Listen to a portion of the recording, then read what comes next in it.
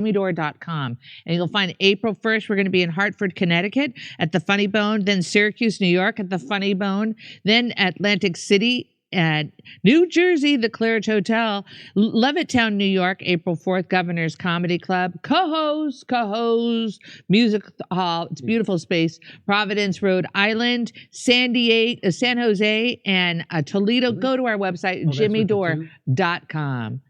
Hey, Jimmy, you had mentioned renting a boat in Chicago this summer while you were here for the DNC. Would love for you to interview reporter William J. Kelly here and enjoy the weather. Well, thank you for that reminder about that one. Just want world peace. Much appreciated. Wood Funk, Steph, your bondwoman temptress impression was too hot. Love you. Well, love right back. Wood Funk. Love you all. When is boycott not a boycott? When it's all girls, rubber toe. Hey, Kurt, what you wearing? He. Breathes heavily into Mike. He's gone. I lost Kurt. Oh, Kurt must have went. I'll try to read it again for you, Fred Pound. Okay. Hold on. Sorry, my thing got unplugged here. Hold on. Oh, your thing got unplugged. Hold on. Keep it to yourself. Okay. Jeez. Mediocre witch. Kurt Metzger is my spirit animal. Mediocre. Why do people say that? I don't mean not about me specifically, but I don't know what a spirit animal is. I don't know how another living human being would be that for you. Again, you're right on the money on that one. But Fred Pound, I'm almost extinct, by the way, so you should probably find one that there's more of. What is a spirit animal? Isn't it from a Native American cultural thing? That's all I know. Here we go. Kurt, Fred Pound's here, breathing heavily into the mic. What you wearing? What was their name? Fred Pound. He sent you the Timber Sycamore T-shirt. Oh, Fred Pound. Okay, I don't have. I got a spot tonight, so if it's at the club, I'll put it on right on stage. I don't give a. He does. He's going to wear it tonight, Fred Pound. All right. Thank you. Trump is the Sam fraternity, which is primarily is in the same fraternity, which is primarily Jewish frat. Does that help explain anything? Robert Kalalian. I'm supposed to read between the lines. My friend Russell Dobular is a Jew who doesn't approve of Zionist horseshit. So no, it doesn't really. The Real, pretty sure we're on page 10 or 11 of the 1990 comic about Trump called The Wall. The Real. Thank you so much, The Real. I was expecting Jimmy to say the Maui police chief was formerly the Uvalde police chief. Rubber toe. All right. Let's see. Can anyone check? Pelletier was LVPD chief back in 96 and 97, and Tupac murder was left as a cold case until an arrest last year. And he said Diddy hired him. Wonder if Pelletier was covering up murder at that point. Goo81, thank you for that question. That's interesting. Well, it's a good question if he's connected to Diddy. Why? And he was around for that. Yeah. It sounds like he's like a Rampart cop, you know? Yep. Who's seen Michael Moore's 1995 film Canadian Bacon? I have not. A fun take on America's search for a new enemy. Kurt's hot. Seamus, good question. I think about it all the time because it was right after the Soviet Union fell, and it was about and Alan Alda was the president, and they went to beg Russia to have a war with them so they could keep NATO going. and then so because Russia was like, we don't want to do that, they went and invaded Canada. That was the plot. I know, it's so naive. You think they wouldn't just keep doing it with... You think just because Russia said we don't have a war with you, they're not going to do that? Right? Okay, here we go. R.B. Ham, Sheriff Peltier, didn't kill himself. You're correct on that one. Thank you so much. All right, here we go. Get Sergeant Joe Friday on the case. Thank you, Mundo Cat. Much appreciated. Spirit animal equals massive bone and tomahawk ribeye. Spirit animal. All right, back to Jimmy. So Trump halted military aid and intelligence sharing to Kiev, and now he's reversing it just because Zelensky agreed to a 30-day ceasefire. When he knows there's not a snowball's chance in hell that Russia would agree when they're making major gains in Kursk. Is Trump joking? Here we go. Those talks that happen in Saudi Arabia are being treated as if they were successful because it's being reported that in exchange for Kiev agreeing to a 30-day ceasefire with Russia, that the U.S. has decided to lift its ban on military aid and intelligence sharing with Ukraine. Now, I guess this shouldn't come as too much of a surprise based on the initial commentary, right? When we had the initial report saying that these things were being halted, the Trump administration officials that commented on this were very careful with their wording. They said, oh, it's a temporary pause on intelligence sharing, right? It's a temporary halt to military aid. And they kind of put it out there that their goal at the moment was to really put pressure on Zelensky and his government to get them to act in the way that the Trump administration wanted, to get them to want to pursue peace. And you're telling me that you put all of that pressure on them and now you're willing to undo all of it because they agreed to a 30-day ceasefire? Like, is no one in the Trump administration paying attention here? And I just love the idea that the US is going to approach Russia and that they are going to tell them, hey, we've got Ukraine to agree to a 30-day ceasefire. Look at how smart and how great we are. And Russia is going to look at them and go, hey, we're on the brink of not only retaking the Kursk region, right, wiping out Kiev's forces there, but we're also on the brink of approaching key towns in the Donbass region. Why would we agree to a 30-day ceasefire? Like, are you kidding me? Not only would that keep Russia from being able to advance at a time when it's making significant movement on the ground, but it also, because as a reminder, what did Kiev just get? Oh, they got a lifting on the pause of military aid from the US. So the US is literally saying, let's stop fighting for 30 days and we're going to send Kiev more military aid. So the exact thing that Russia has been saying this entire time that is unacceptable to them, which is a frozen conflict in which these NATO members are able to rearm and to rebuild Kiev's military, that is the thing that Russia has been saying, and now that's the thing that the US is proposing.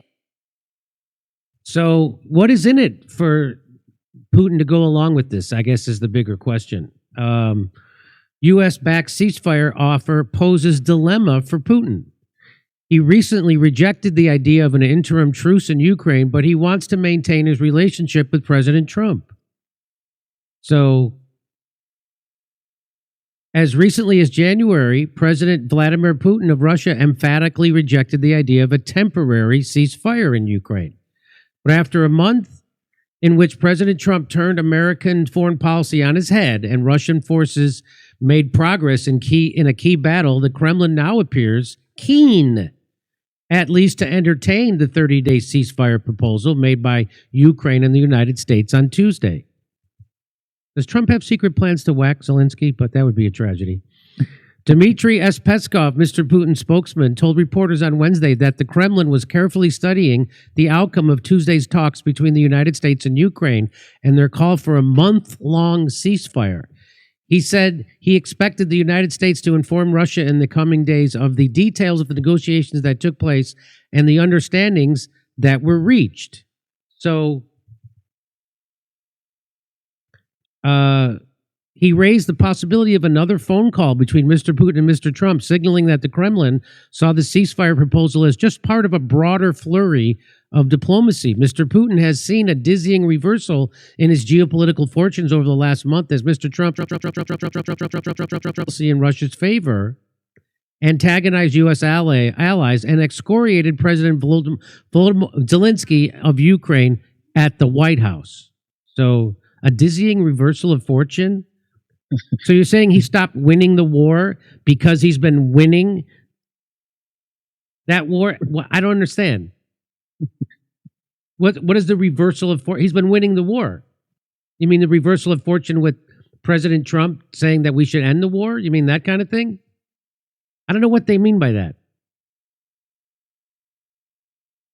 I really don't know. They better not be setting us up for a false flag. Yeah. Just to use our own equipment on us. You know what I mean? Well, we're going to rearm them and then what? They're going to sell half of it again? Yeah. But the emergence of a joint ceasefire proposal from the United States and Ukraine complicates things for Mr. Putin. It deepens the tension between his desires for a far-reaching victory in Ukraine and for close ties with Mr. Trump. Oh, wait a minute. I thought it was Trump that was buddying up to, but now the New York Times is saying that it's Putin who wants to make sure he stays on the good side of Trump. I thought it was the other way. I thought it was backwards. I thought it was Trump trying to make sure he stayed on the good side of Putin. But the New York Times is now saying it's the exact opposite. Isn't that weird? Oh, maybe he gave him the P-tape back, and that's why. They are going to proceed with joining AAA in case they need roadside assistance, though. While Mr. Putin says he wants to end the war as soon as possible, Putin has signaled he will not stop fighting until he extracts major concessions from the West and from Kiev, including a pledge that Ukraine will not join NATO and that the alliance will reduce its presence in Central and Eastern Europe. That makes sense. Yeah. That makes sense. What's in it for him? Oh, just another point here. It's the Ukraine. You know how they say it's not That's the right. Ukraine, it's Ukraine? No, it means the borderland. So it's that's some lie they made up. Yep. They're trying to push this bullshit. The Ukraine. The Ukraine. Kiev. It's Kiev. It's the Ukraine. On January 20th, when he congratulated Mr. Trump on his inauguration, Putin made clear that the goal of any Ukraine talks must not be a short ceasefire, not some kind of respite. Russia, he said, sought a long-term peace based on respect for the legitimate interests of all people, all nations who live in the region. Analysts say Putin's opposition to a temporary ceasefire stemmed from the simple calculation that with Russian forces gaining on the battlefield by stopping the fighting without winning concessions. So they're not going to, why would he give that? So why would Putin want to do this? Why would he want to do that when Putin's on the march, they're winning, and Ukraine's losing? And why wouldn't he still wants to talk to Trump? So what is that? What does that mean? A secret plan? Why does everything have to be a secret? So Ukraine set to lose Kursk pocket its foothold inside Russia. So they're on their way to losing. February 12th phone call between Putin and Trump and the White House subsequent alignment with Russia and the United Nations and elsewhere may have affected Putin's calculus by making him more eager to stay on Mr. Trump's good side. Analysts say, I thought Trump was just Putin's lackey and does whatever he says, but apparently it's Putin who wants to stay on Trump's good side. Isn't that weird? Wait, I thought Elon was in charge of all of them. Yeah. Isn't that this is the New York Times saying this? So they've been telling me for 8 years that Trump is Putin's lackey, and now all of a sudden they're telling me that Putin is eager to stay on Trump's good side. Hey, did Israel tell the New York Times to write that as a reward for Trump being a good boy? I wonder. A political analyst in Moscow said the Kremlin could be tempted to accept a truce that would be tactically unfavorable but strategically favorable in order to show that it's a peacemaker. In another sign of Moscow's charm offensive directed at the Trump camp, Russia's foreign ministry released a 90-minute interview on Wednesday that the foreign minister Lavrov gave to 3 American video bloggers, including the former Fox News personality Andrew Napolitano. I was invited to that. Couldn't go. Mr. Lavrov, speaking English, praised the Trump administration for reversing the Democrats' departure from Christian values and said Russia was ready for the normal relations that the United States was offering. How could they have a charm offensive and not invite Martha Stewart? Mr. Putin's calculus could also be affected by Russia's progress in recent days in pushing Ukrainian troops out of Kursk, the Russian border region where Ukraine occupied several hundred square miles of territory in a surprise incursion last August. Mr. Zelensky said he had planned to use that land as a bargaining chip in future talks, but the Kremlin signaled that it would refuse to negotiate so long as Ukraine held that territory. With the Kursk region mostly back in Russian hands, Putin no longer risks losing face by agreeing to a ceasefire that would leave Ukraine in control of the swath of Russian territory. Ukraine launches so here's the thing. Ukraine launches massive. So what is the date on this? March 11th. Ukraine launches massive drone strike on Moscow ahead of U.S. peace talks. Is it massive? Because it looks like something splatted on the side of a building, and that's about it. That's not Kid Rock's hotel room. That is the resounding boom of the war industry trying to impede any effort towards peace. That's what that is. Trump. So Danny Haiphong tweets out, Trump and his team just announced a farcical ceasefire with Ukraine, and all the warmongers are falling into line. The ball is not in Russia's court. The U.S. is the root cause of the conflict to start with. Ukraine was attacking Moscow and killing innocents and Kurds during these farcical talks. So while they're having these peace talks, they're actually bombing Moscow. Who was? Ukraine.